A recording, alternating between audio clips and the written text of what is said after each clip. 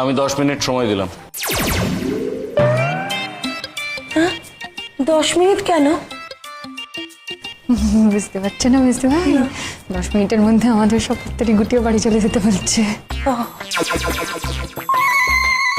এক সেকেন্ড বাড়িটা তো আমাদের, আর বাড়ির লোকটা তো আমাদের, তাই না? সবাই বাড়ি চলো। বলছিলাম তোর অপারেশনটা আজকে হলো না নাকি রে? আমি 12টায় গেছিলাম, এখন 4:30 বাজে। মানে একটাই ছিল না? না না না, বাজার বড্ড মন্দা চলছে।